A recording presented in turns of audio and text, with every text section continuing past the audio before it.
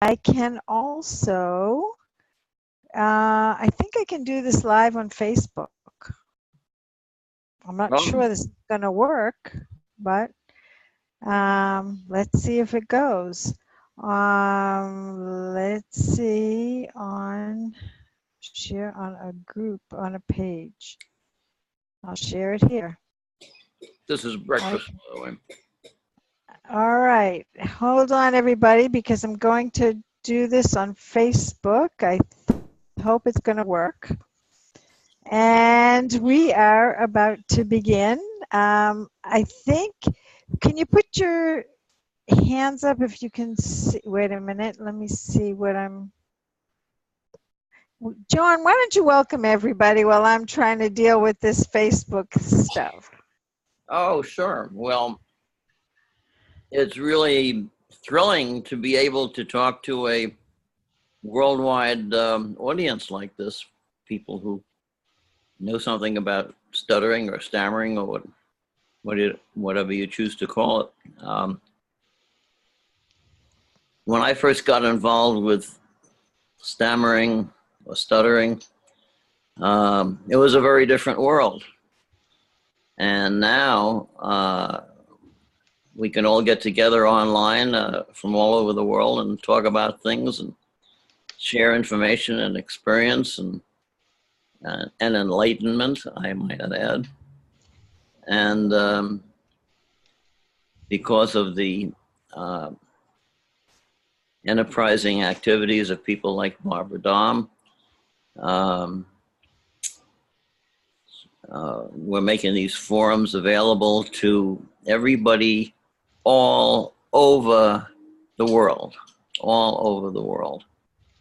And the ideas and thoughts and theories and experiences that we're going to share here will be spread across across the globe.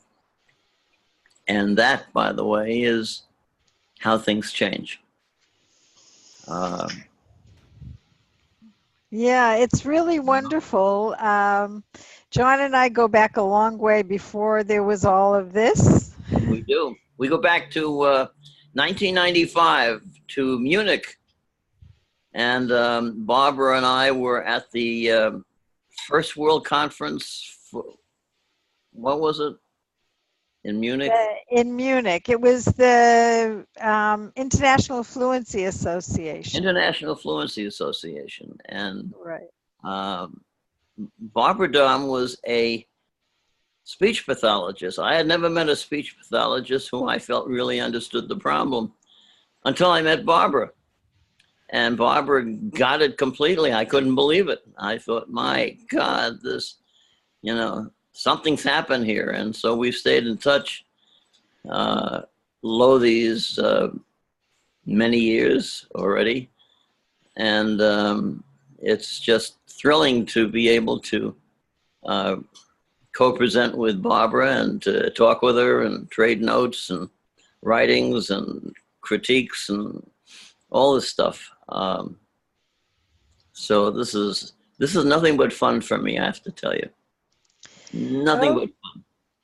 So, shall we get started? And the reason that we called this Stop Holding Back Your Inner Fluency is because, John, you have said many times, I've heard you tell us that you interchange the word holding back to stuttering. Well, I do. And I think that part of the problem is that people have attached a label to this problem, making it a thing. They thingify it, as I call it. I had a speech block. I thingified what happened.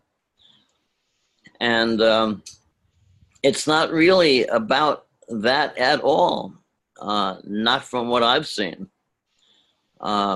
It's about the common thread among all this stuff is that we have learned how to hold back, but the holding back is not obvious. It's not apparent. it's not present in people's consciousness. What is present in people's consciousness are the superficial manifestations of this, which are the speech block and the struggle behavior and everything else. So people think that that's what the problem is about. Well, I hate to disappoint you guys, but it's not what the problem is about.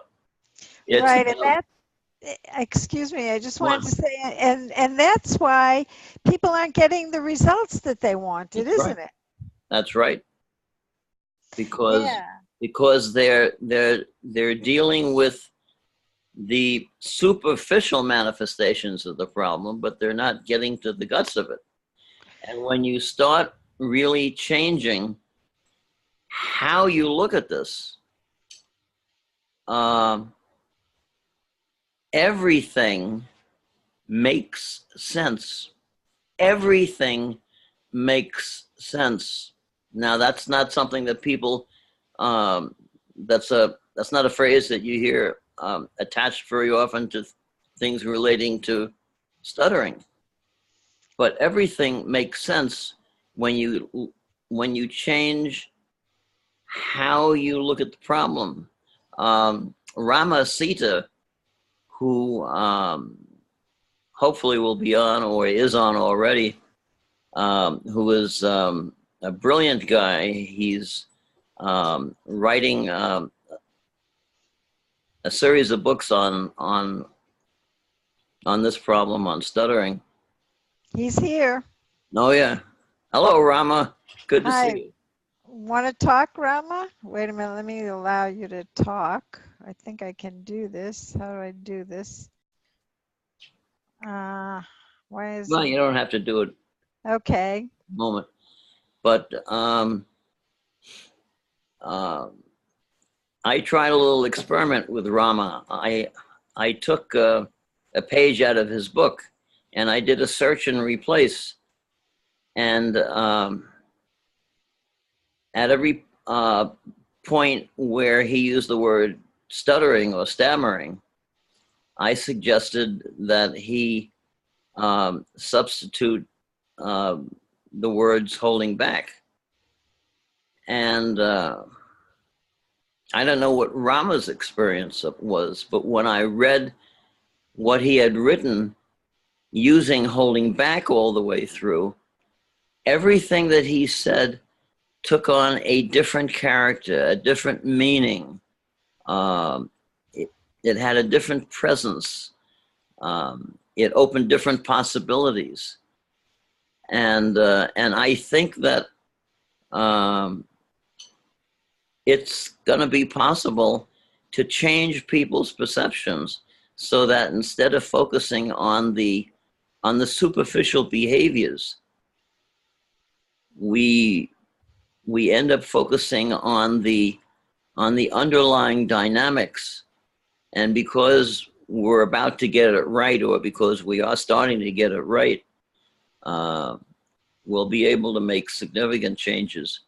Right. I just put up a list of some of the problems that you noted when you said that we were looking at the wrong paradigm Right. for many, many years, and that led to all the confusion. Can you see the screen, John? Yes, I What I can. put up? So these are the things that I think actually you wrote about, and you said that this was the problem with the paradigm that people had been looking at for so long. I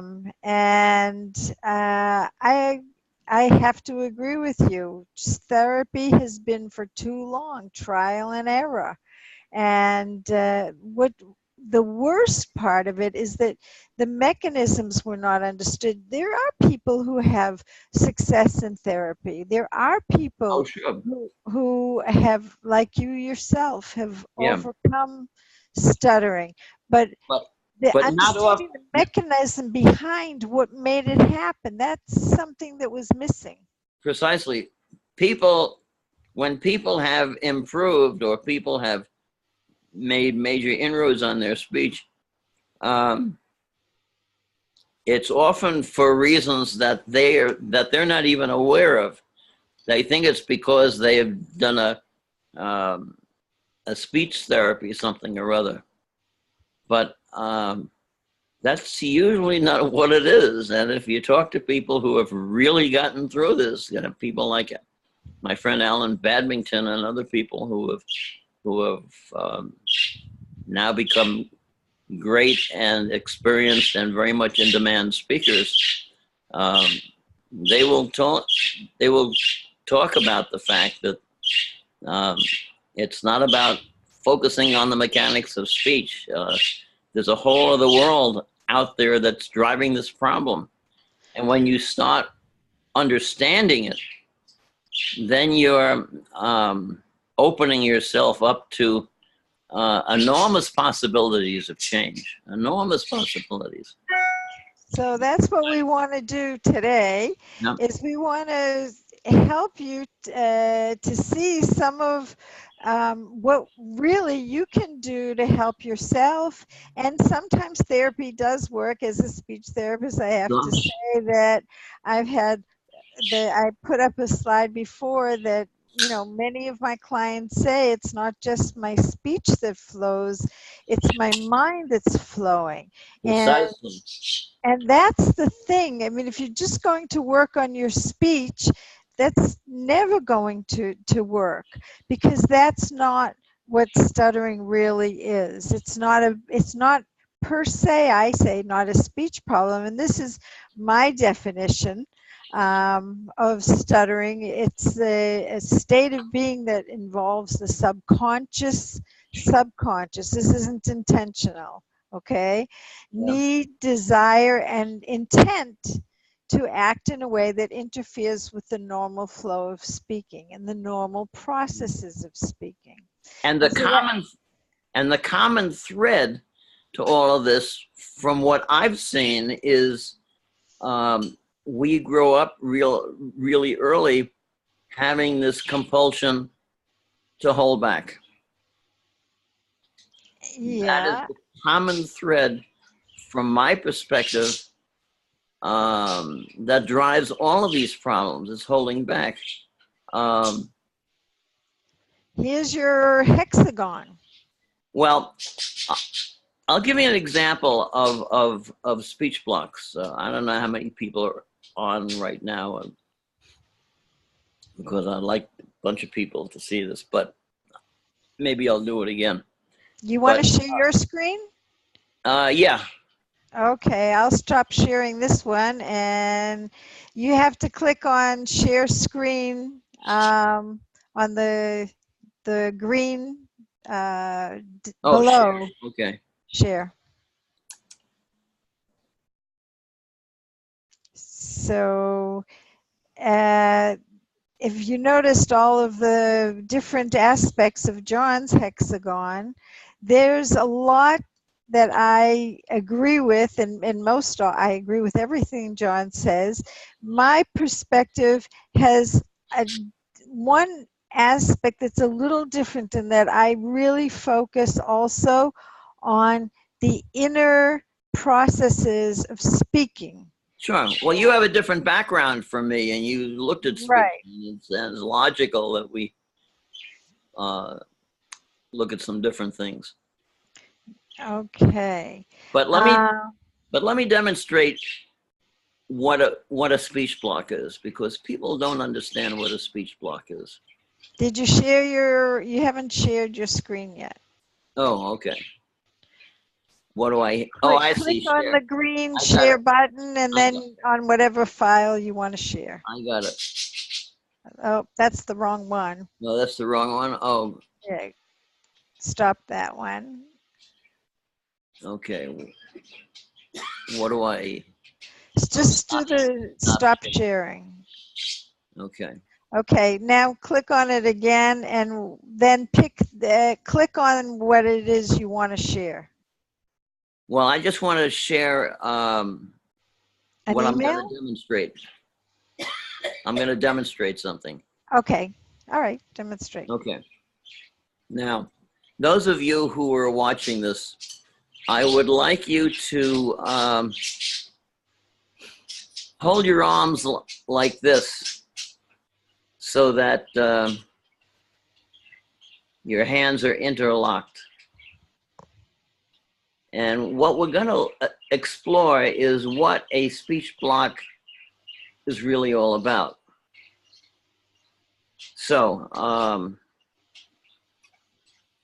if you move your hand to the right and just allow it to go, you can move it to the right. If you move it to the left, you move it to the left. But if you have a divided intention, what happens is that you can't move it either to the right or to the left, because when you go to the right, the left hand pulls. When you go to the left, the right hand pulls. So then people start exploring different strategies for moving their hand to the right. For example, they think, well, if I really pull hard, maybe I can do it. And that corresponds to somebody saying, excuse me, can you tell me the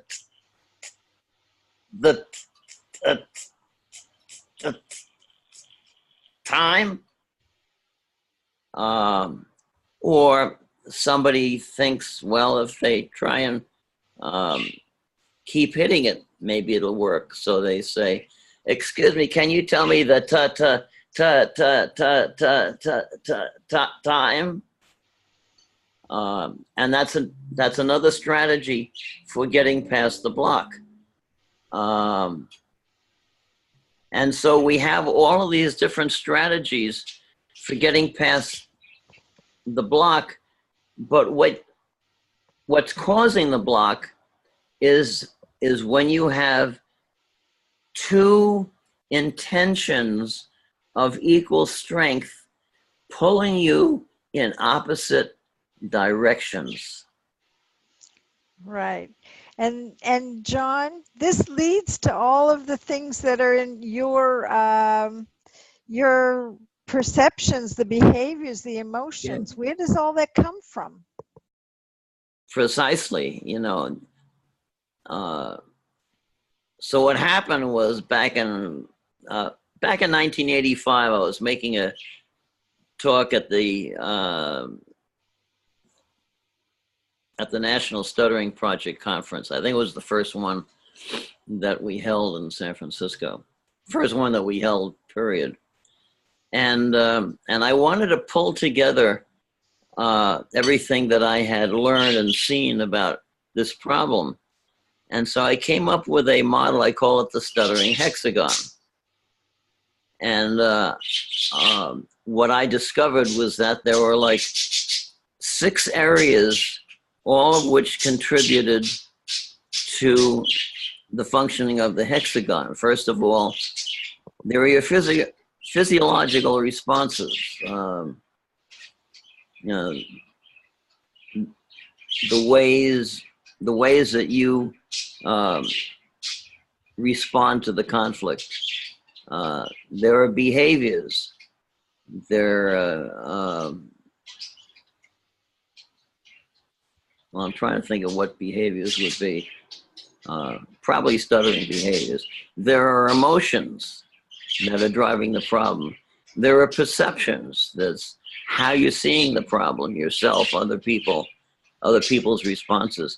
There are your beliefs, and then your intentions. And if you have split intentions, for example, if you have an intention to move your hand to the right, but at the same time you have an intention to move it to the left, what you have is a block. And if you're trying to speak and do the same thing, you have a speech block. So this is not all about exotic genetic problems. If you look at this in terms of a system, chronic stuttering and blocking is a system. And if you take a system approach, you can solve the problem. You can solve the problem. I solved the problem. And so have a lot of other people, who I've met through the years. we've solved the problem. First of all, because we understand the problem, and secondly, because we understand that there are contributing factors uh, that you have to address. And unless you address the factors that are getting in the way, what happens is that you end up holding back and blocking. And I want to discuss some of these factors and give some of the people online some specifics about how they can change it and what they can do. Now, you saw John's hexagon. I have in my version of the hexagon, and this is kind of my version, that there is process. We have all this holding back and the intentions to go to speak and not to speak, and the feelings and the fears, the memories of what's happened in the past, so that we want to say something but we don't say it because we remember the last time you said it, it didn't come out the way you wanted it to, and maybe there was a feeling of embarrassment or something. But stuttering is the speech, or we also have the speech that has blocks, repetitions, prolongations, the facial contortions or tensions, the eye blinks, the loss of eye contact. Those are all symptoms. They're really symptoms of a process that's not working correctly. So we can't, well, we know that there's holding back, but how does this holding back affect the process of speaking? Because if the process were correct, then the speech would be natural, but the holding back affects it.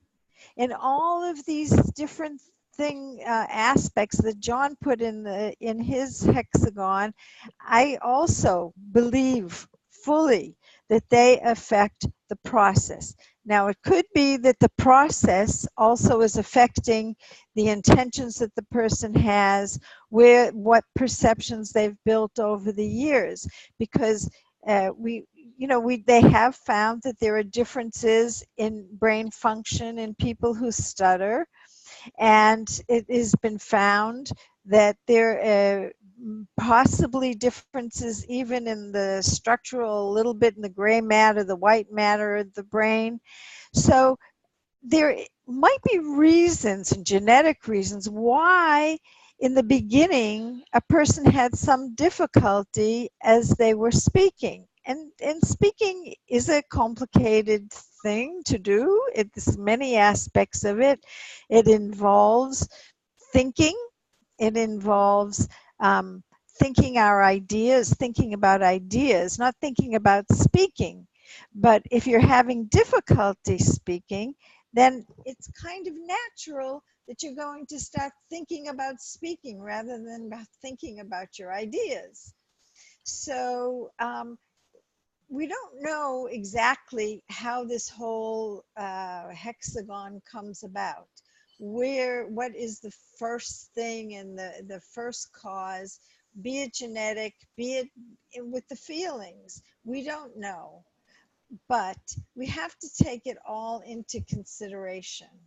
And I think we have to realize that process and mind really go hand in hand. This is one of the slides that I show in every webinar I give and everything I do, because you can't separate them, and you don't first try and learn how to speak according to controls, and then try and change your mind. That's not going to work. By the way, your sound got a little dimmer. I'm not sure why. Oh, really? Is it Now it's okay good. now? Yeah, now it's good. Okay. Okay.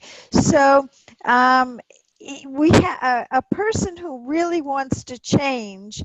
Um, okay, I hope it's good now. Oh, James, I see you're online. Hi. Nice to see you here. Okay, so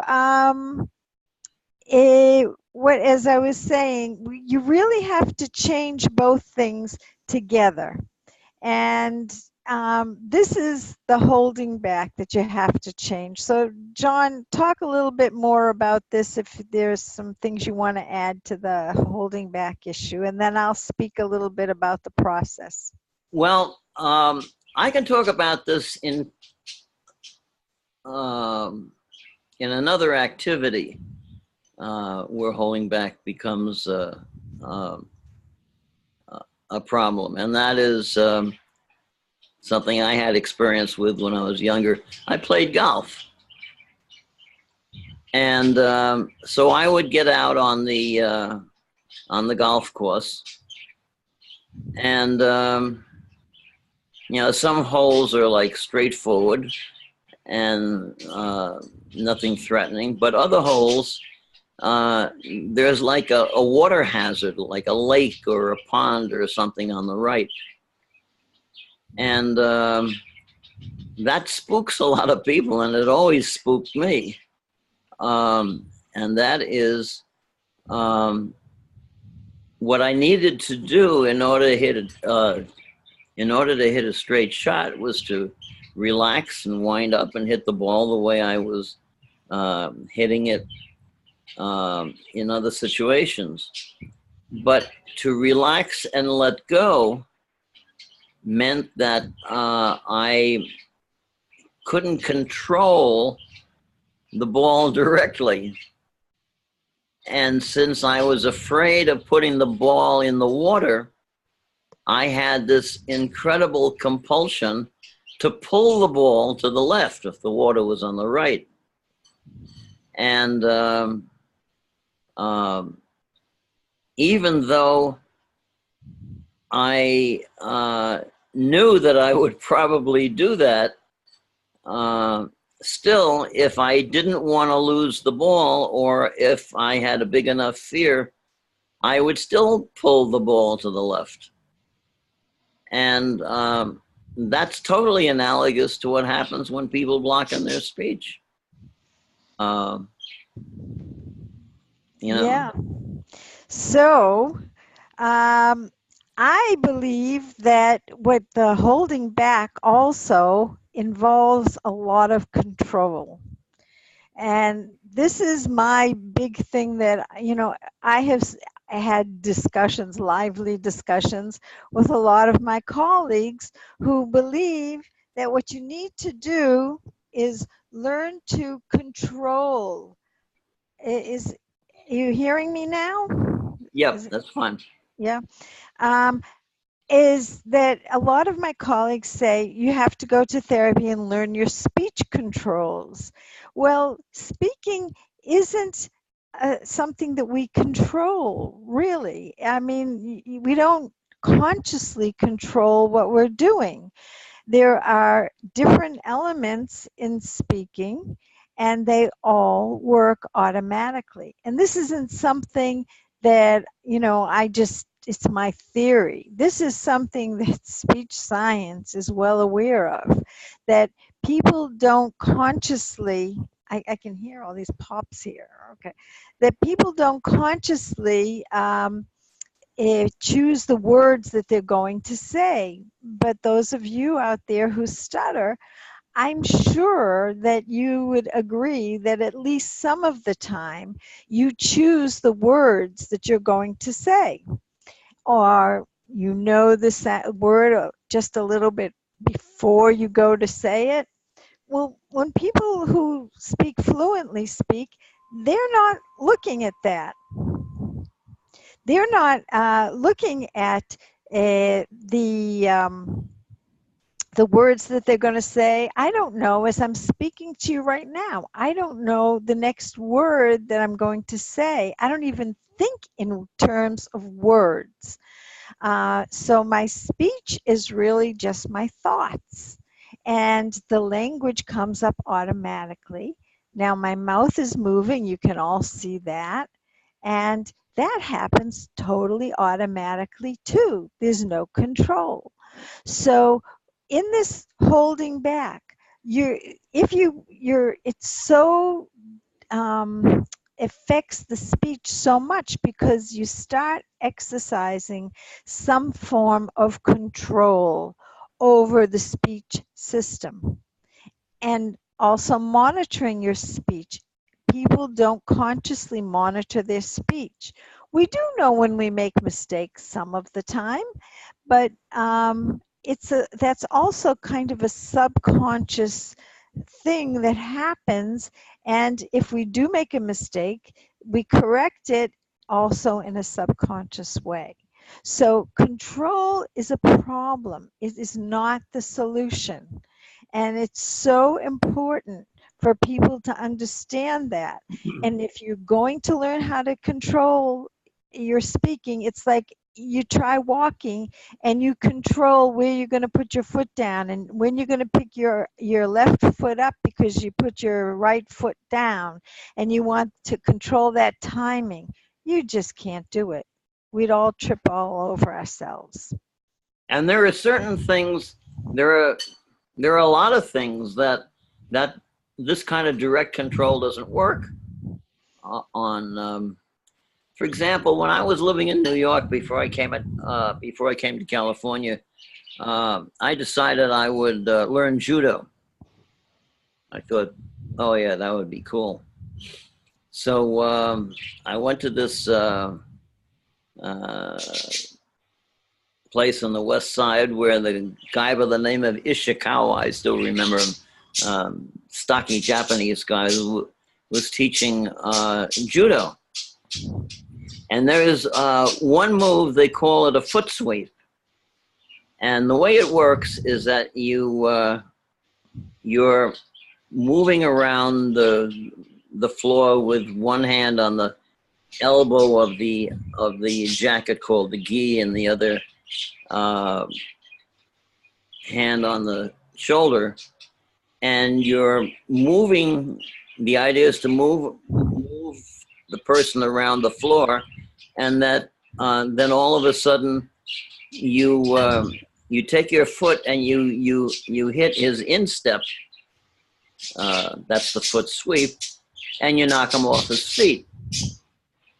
But of course, if the guy knows you're going to do that, he's not going to be very amenable to that. So the idea is to move around the room, and then at some point at which you don't even know when you reached it, but it just seems right, you do the foot sweep. And I remember the first time I did it, and it worked. I was like, oh my God, I did it. I did it. The guy's on the floor. I did it. How did I do that? And then the more I thought about it, the less I could do it, you know, because then I started to try and think consciously of what I was doing. But that was a very clear example of how that works. Newscasters.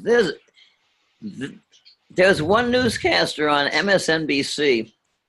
I've never heard him stumble on a word. The guy speaks about 300 words a minute. I mean, he is so fluent and so voluble and so expressive. And he talks very, very fast. He never stumbles. And I thought, well, how can a person do that? Well, he can't do it if he thinks about what he's doing. It is all done intuitively. It's all done as a system. It's all done because he's practiced something and because it fits in with his personality and his delight in being expressive and just speaking. Right. And he just lets it happen. But people who stutter, as you say, they have beliefs that they can't talk, Precisely. beliefs that they're not going to be able to say that word, or as you would say, get the word out. I never say that because that doesn't go along with speaking at all. We don't get words out per se. And they have experiences in the past and memories. And what happens when you have this is those become your thoughts and feelings. And those thoughts and feelings develop into your attitude, your perceptions in life, your perceptions about yourself, how you're going to, your attitude towards other people, towards yourself, towards the world. And that becomes the state of being. And what happens, that state of being has an effect on your behaviors, whether it's the behaviors, the outward behaviors like avoidances, or or faking that you don't remember something when you really want to say it, um, or your processes. It affects the processes you're going to use, because this state of being will affect how you're going to go about producing speech. And then you use the controls. And what happens is whatever behavior you have goes back into your beliefs, experiences, and memories.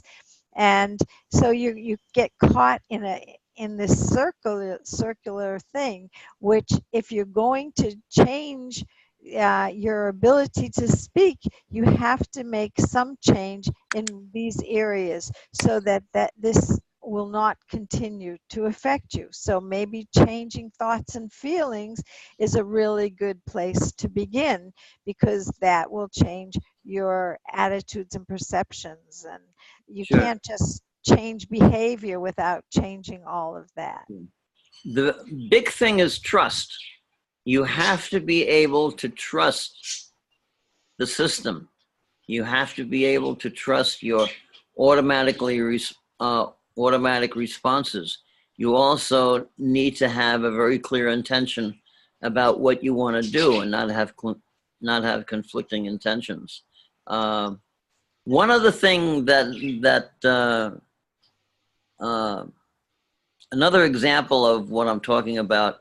I live on the side of a hill in the Noe Valley section of San Francisco, and in my backyard, which slants upward, uh, there is a place where there's a low wall.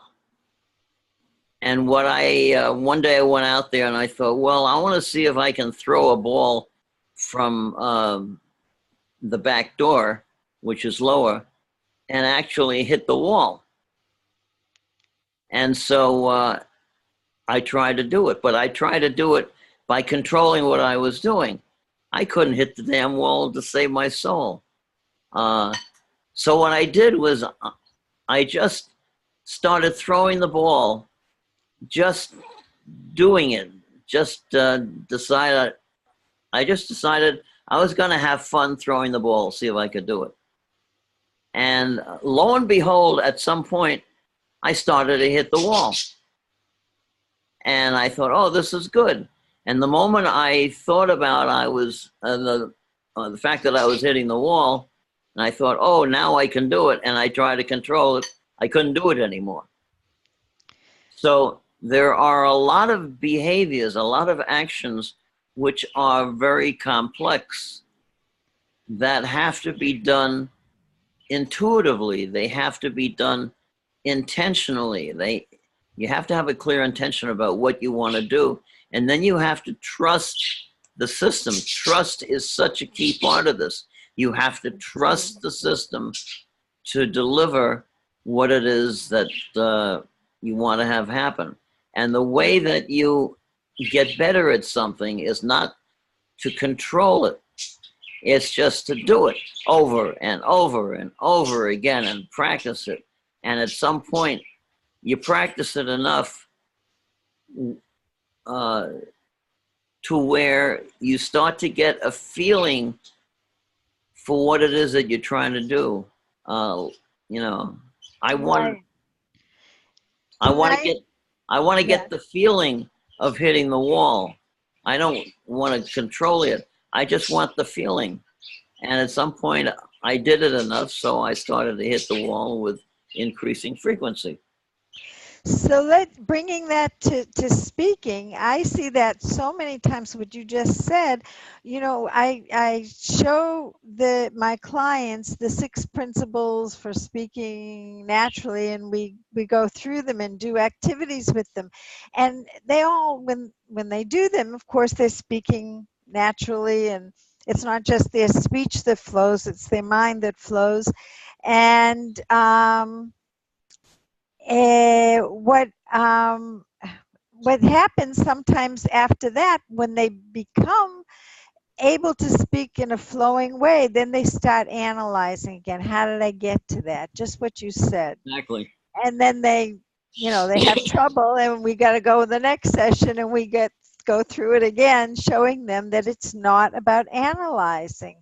It's about, as you said, getting the sense of it. But I do want to show everybody the 6 principles that I have sort of put together of and made it as simple as possible to show how normal speech production works, so that when you're guiding yourself, you can kind of follow these 6 principles, and it will help you, because this is what speaking is about. This is according to models of speech production. So the first principle is that all attention is on the thoughts being expressed. Right now, I'm thinking, John said something I couldn't quite remember that slipped my mind, so I was thinking, what did he say? And I wanted to remember that point. Oh, yeah, that point. I didn't think of the words I was going to say when I spoke to you about it. So all the attention is on the thoughts. It is on thinking, putting your ideas together, putting your thoughts together. And of course, we have loads of thoughts coming in on us all the time. And we use pragmatics. We decide which ones we really want to talk about and which ones we don't.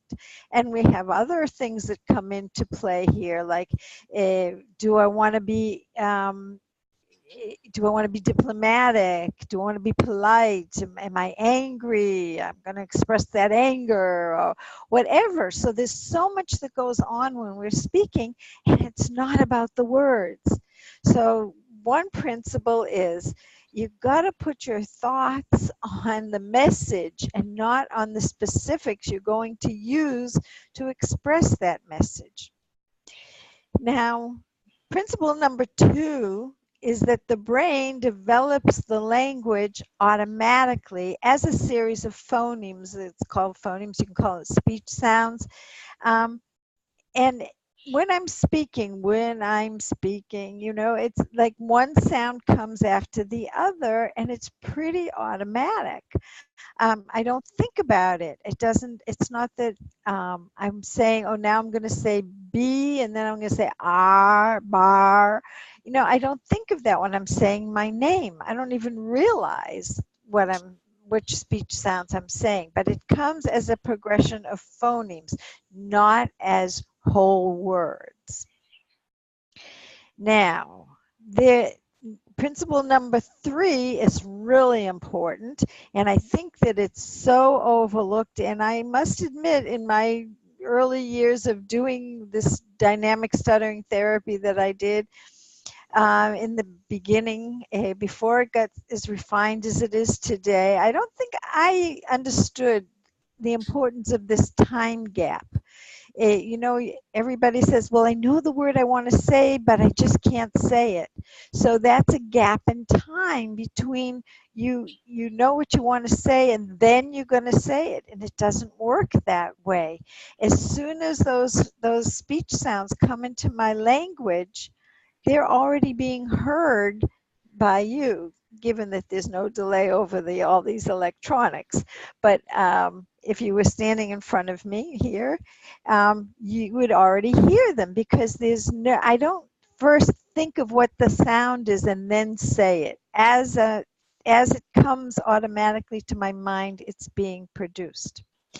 So that's really important. And then the 4th principle is that you have to have a natural voice for speaking. Well, really, the physics of speech is that speech is sound waves, and we make our sound waves with our voice, our vocal cords that vibrate. So you have to have that foundation. You have to have your voice. So it's the voice that's the foundation, and then the mouth automatically shapes the voice into speech sounds. And so many people who stutter do it just the opposite way, where they're really trying to form the words or sounds with their mouth, and the voice is like an afterthought. It's like woo instead of woo, which is totally different. So um, part of this, all of this happens because you're thinking too much, analyzing too much, holding back when you want to speak. Should I say it? Shouldn't? Better know the words. All of these things are happening. And the sixth principle is that everything in principles 1 to 5 happens at the same time without any thought or effort. So when I'm working with people who stutter, I show them these principles. We actually work with them and learn how to, as John says, trust that this system that you have, and I call it finding your inner fluency, because you all, anybody out there who stutters, you have in you today the ability to use all of those principles, but you're not, because of all of the aspects of the hexagon, John's hexagon and my hexagon, and all of that's going on inside of you. So that this is what I believe, that speaking is really just thinking aloud, and there's not any more to it. Isn't it hard, John, to trust that, to believe that that's all you got to do? Well, it is, but that's true when you're trying to master any activity. You know, golf again is a very complex game. But the only way you can play golf well is to practice it enough so that you trust it. There is a guy on MSNBC. You know, newscasters amaze me because they just blah, blah, blah, blah, blah, blah, and they're just going on and on. He is so smart. I'm trying to remember his name. I can't remember names these days. So Is he the one you mentioned to us before that speaks so fast? yeah, Because he's not thinking. yeah, he's about 250 words a minute. I mean, he is so fast. I have listened to him now, I don't know, for 5 years or something. I've never heard him stumble. I've never heard him repeat a word. I've never heard him make a mistake. And the only way that anybody can function like that is to totally have a very clear intention. See, intention is so central to this. Have a clear intention about what he wants to do, and then to trust the system, and then to also to enjoy what he's doing. You know, he obviously loves being a newscaster, and he loves expressing himself. And I'm sure that he's doing it, you know, without any self-consciousness or awareness, because he's not trying to perform. He's just trying to be and to connect with an audience. That's what he's trying to do. But he must talk about 250 words a minute. I've never heard him stumble, and he's just brilliant. He's right on the money all the time. And but I want to add too that I've heard some really great newscasters who have stumbled. So everybody does stumble. Everybody does think of words sometimes. Maybe this guy doesn't, but most people, we're not looking for perfection. Nobody out there really wants to be perfect. Yeah, I'm not using him as a role model, because obviously there's a great, you know, wide range of newscasters, and they all have their styles, and they all work. But I was just using him as an example, as an extreme example of what's possible when you just let go. I don't know that he's any more effective than people who are uh, who speak more slowly or with more inflection or whatever. That's But an important issue too, inflection. You oh know, yeah, when I said talking about the voice, when you're speaking, when you're using your voice as the foundation of your speaking and following that principle number 4, your voice does carry a lot of what you're saying. And people who stutter very often, they don't have that natural flowing intonation in the speech because, well, first of all the stops and starts that there are in the voice, and also because it's impossible to change the tone of your voice when you're trying to get words out. So if I have some advice to all of you out there, stop trying to get words out. Let go. Don't hold back. Don't push forward. Don't go here and don't go there. Just be. Let yourselves be. Let yourselves be the inner self that you are. Don't try to cover up who you are. Cover up your stuttering. Trying to cover up stuttering just doesn't work. It just puts you in that lock that John showed you. And so when you have to be who you really are and with your own thoughts and just let it come. Trust. Give up the controls. And it to the best of your ability. Follow these 6 principles, or just to put it in one principle, let speech be as automatic as it possibly can be. Now, there's a lot of things that you can do to help yourselves, and these are things that I do in therapy with clients too. Is first you have to identify and validate your problems, and there's nothing wrong in that. That's very good. We can't change things if we don't know what they are. And then to admitting and accepting. Now, a lot of people would say, accept that I am a person who stutters and I'm going to stutter for all my life. John, you didn't do that, did you? no. Well, because I got in touch pretty early that this was not a speech problem; it was a holding back problem. And so my focus all the way through, starting when I was about 25, 26, 27, was on not holding back, on letting go. I mean, that was my, it's still an issue with me. When I get self-conscious, uh, right away, I can feel the holding back. But it's a holding, it's a holding back problem. If you, I would love people to try this.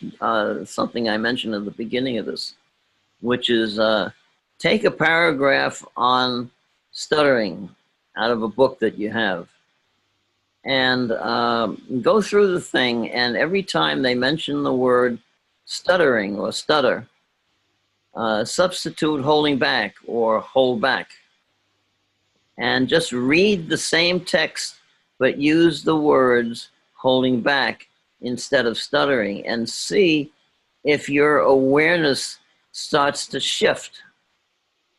When you use the word stutter, it automatically focuses on the act of speaking and on how well you're doing it. When you focus on holding back, you're focusing on a whole bunch of other things, which have a lot more relevance and control over your feelings and and your behaviors. And it doesn't take much to do this. Try it a few times and see. Experiment. See how this impacts you when you get rid of the word stutter. What stutter does is to it takes a phenomenon and it thingifies it, as I call it. It turns it into a thing. Um, Instead of holding back, we now have a word called, word called stutter, and it turns it into a thing. The moment it becomes a thing, you relate to it differently. Right. But when you keep it as a process, uh, it stays a lot more fluid and is much more amenable to change. And that helps to make decisions. Am I going to hold back? Am I not going to hold back? Precisely. And here I said separating mind from process. eh, they work together, of course. The mind and the process goes together, but you have to look at them a little bit different and see how they affect one another. But you can't just say, I can't do this because that's how I am. Yeah. And a lot of people say, but I don't do that. I have to think of the words. That's how I work. That's how I do things. So you have to also inhibit some of those old responses that you do. And you can't just say, well, just because I've done it all my life, I'm going to continue to do it. Right. And there are lots of things that help you to change your mind, like practicing mindfulness and meditation, which is absolutely so powerful.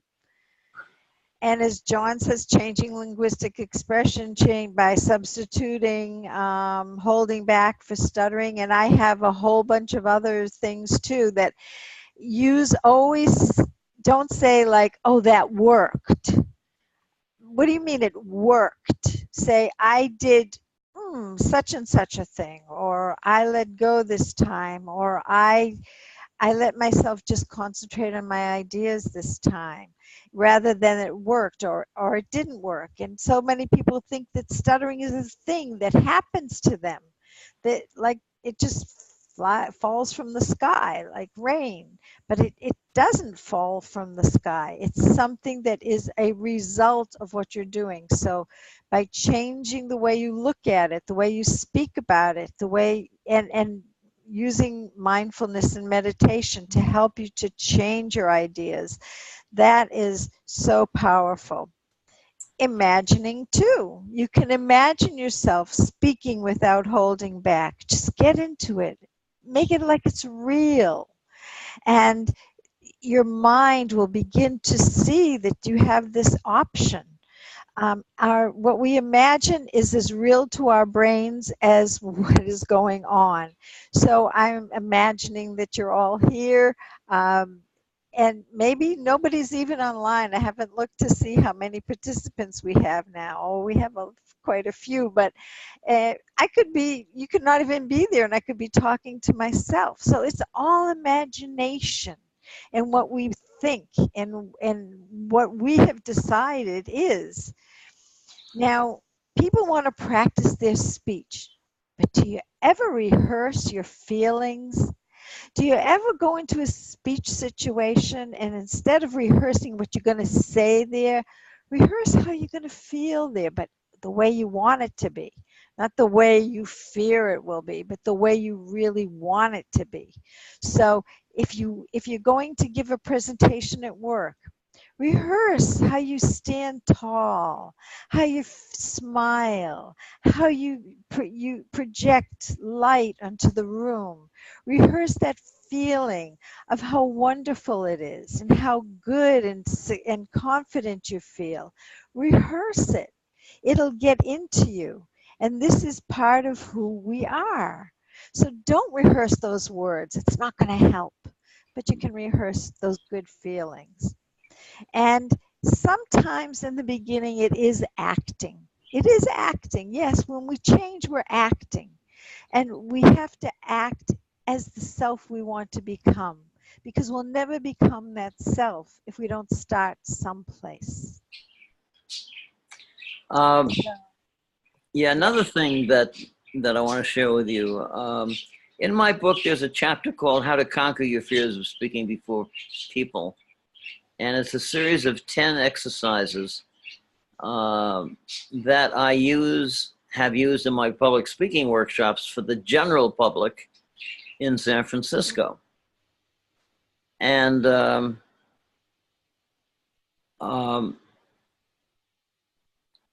what I ended up doing was looking to identify things that people could do that would change how they felt about themselves and about what they were doing. For example, I noticed that when people are uneasy about how they're coming across, what they do is they tend to hold back their voice. They tend to not speak in as big a voice. So I get somebody up there. I remember this one woman talked like this. You know, she stood up and she didn't have any problem speaking, but she had a very soft, modulated voice. And so she was at the beginning of the workshop where people introduce themselves. And so she introduced herself and she was going to sit down. And I said, Margaret, would you be willing to try something for a second? Well, she gave me a fishy look, but she said, well, okay. And I said, Margaret, would you be willing to just continue with what you're saying for a little bit more, but double your volume? So she had to think for a second, but she said, well, okay. So she doubled her volume, and now she was kind of talking like this, still not very loud. So she talked this way for another 30 seconds, and I stopped her again. I said, Margaret, I said, would you be willing to double your volume again? Well, she had to think for a second, but she said, fine. And then she talked some more, and I stopped her the third time. And I said, Margaret, would you be willing once more to double your volume? So now you'll be talking 3 times the volume that you normally speak at. And so she did. And she still wasn't loud, but she started to take on the trappings, the characteristics of a more expressive speaker. So when she finished, she was, about to sit down, and I said, Margaret, would you like to get a little feedback?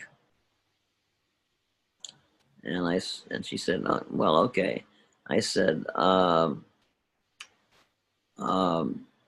when you doubled your volume and you doubled it again, how many times were your normal speech in terms of loudness were you speaking at? In other words, how much louder were you speaking? And she said, well, about 4 or 5 times. And I said, okay, would you like some feedback from the audience? So she said, yeah. And I said, okay, I'm going to go up the scale from 1 to 10. And when I get to the level at which Margaret was speaking, when she doubled her volume and then doubled it again, raise your hand. So in other words, if you heard her speaking at a 3 level or a 4 level, raise your hand when I get to that number. And the first thing I said was, Margaret, at what level were you speaking at? She said, well, I was speaking at a 9 level. I said, okay. How many people heard Margaret speaking at a 1 level? No hands. 2, 3 level, no hands. 4 level. I got 1 hand at 4. 5 level. I got most of the hands at 5. 6 level. I got the rest of the hands at 6.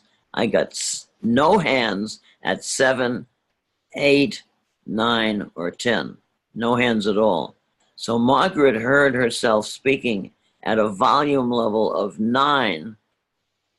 The rest of the world, when they heard her speaking at that level, heard her speaking at what for most people was a normal level of about 5.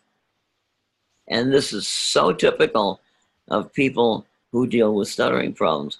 We are so careful about not being too big, too strong, too powerful, too assertive, too this, too that, too something else, that we tend to pull ourselves back.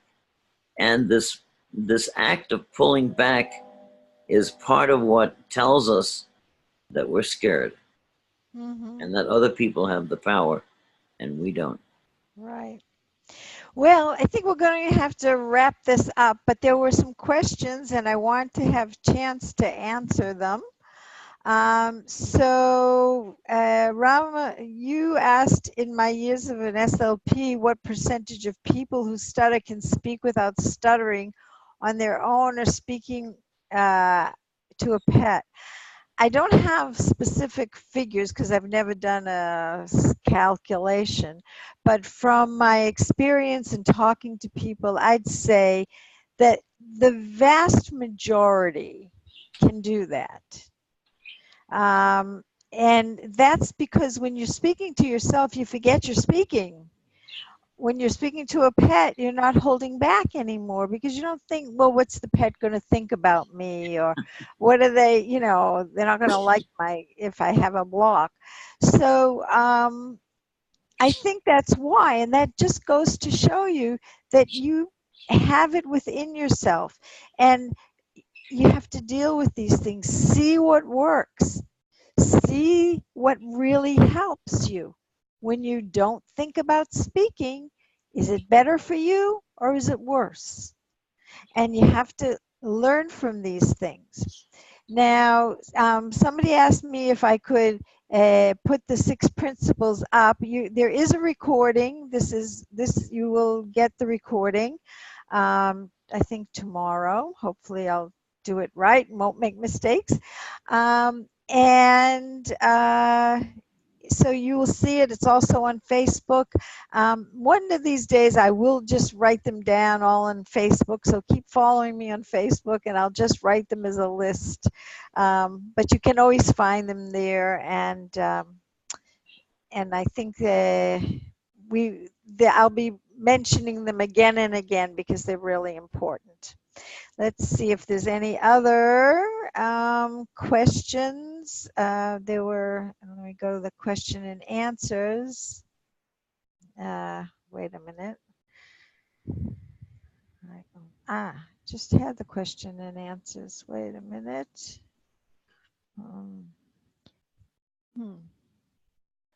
Oh, here it is. Okay. Well, Tonio, thank you I'm glad you enjoyed the webinar.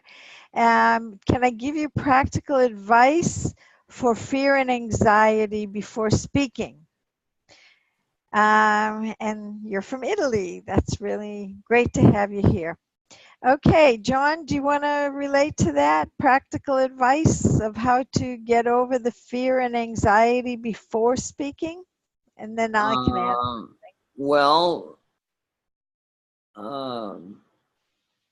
I can think of things that you can do when you speak, which is start practicing speaking at double the volume that you normally speak at. And practice speaking with double the amount of self-expression and vocal variety that you normally use. To you, it's going to seem exaggerated. To other people, it's going to seem animated and alive. So that's a very practical thing to do. Oh, yeah. And sometimes, maybe just also identifying what is this fear? What are you fearing? and maybe giving a little bit of voice to the fear, because fear is the body's reaction to thought. So what are you thinking? Are you thinking they're not going to want me? Is this rejection? Is this a fear of rejection, which is a very human fear? We're social beings, we need connection with people, and I think this is part of why it's so hard when you stutter, because part of being a social being is speaking and connecting through speaking, which is one of the ways we connect. We also have eye contact, facial expression, and a lot of other things, body language, and so forth. But speaking is one of the major things. So are you fearing that you're going to be rejected? And then maybe think a little bit about this fear. Maybe devalue a little bit of some of the thoughts that you have, put them into a different perspective. And maybe just thinking, you know what, so what? Am I going to hold back because I fear stuttering? Well, that's going to make me stutter, because holding back is stuttering. Well, So, well, think what you can do. people hold back for a lot of reasons, a lot more reasons than they realize. They think it's about stuttering, but people hold back because major issues on self-assertion, for example. Mm-hmm. Uh, so you have to be willing to act out of character for yourself. You think you have to talk like this. Well, maybe you don't have to talk like this. Maybe you can talk like this. Or if you'd like to talk like this, then try talking like this, which to you is going to sound like shouting. And then ask some of your friends afterwards, well, was I shouting at you or not? And they'll probably say, no, you sounded animated and alive and like you were having fun. Then you have to stop and think, well, that's not how I perceive all this stuff, because my self perception is so scaled down in order to remain in what I consider to be a safe area, a safe zone. That that in the process, what I'm removing is my experience of my own power, Mm-hmm. my own energy, and my own self-worth, and all those other good things. Okay. James, you raised your hand. Do you want to say something? If you do, you can unmute your mic. Yeah, I actually do. I would like to say that this is a very good talk. It's a very good session. Since 2015 that I went online and then I chanced upon you. Okay, not really, but then I actually made an active attempt to change the way I speak. Um, Usually most of us think that, okay, this is me, this is how I talk, and then I can't do anything about it. But I would just want to say that um, we are responsible for each and everything that happens to us in life. So it's about us making a very conscious decision to change the way things are going for us. For example, I like to always say this thing that those who sit down for things to happen have no cause to complain. So a typical example was most of the time when I find myself in a group and they are like, okay, we are going to do this. All of them talk, they're like, okay, fine, fine, fine. But then at the end of the day, I realized that the choice that they made, I am not too much into it. But then I now have to subject myself to extra pain and just to force myself to like what they want. all because I'm not able to express myself. So one way that I usually try to see myself is what I am going to say. I try to think about the long-term effect. I try to look at the bigger picture about the impact that is going to make, instead of actually thinking of okay, so what if I say this, or if I'm trying to say this and then it doesn't come out right, even though once in a while it does happen. And I mean, but the thing is, we always have to make a conscious effort to let go of ourselves. That is very, very key. And secondly, we should try and look at the bigger picture, because we have to know what we want, the results that we are hoping for. And we should imagine ourselves being there already. And in doing that, you don't even realize the steps that you go through, because you are thinking about the end product. And this is what I want. So I think that is another way to help all of us. And thank you very, very much. Thanks, James. Thanks. That input was really important.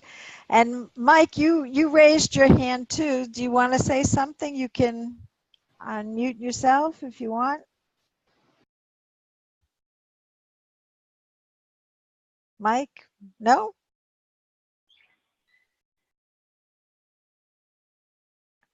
Are you there?